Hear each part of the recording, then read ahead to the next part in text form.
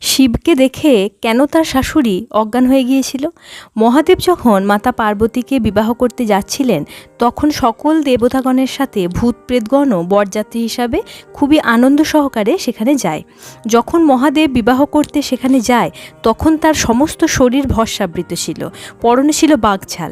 এমতো অবস্থায় মহাদেবকে দেখে তার শাশুড়ি খুবই ভয়ে ভয়ে তাকে বরণ করেন।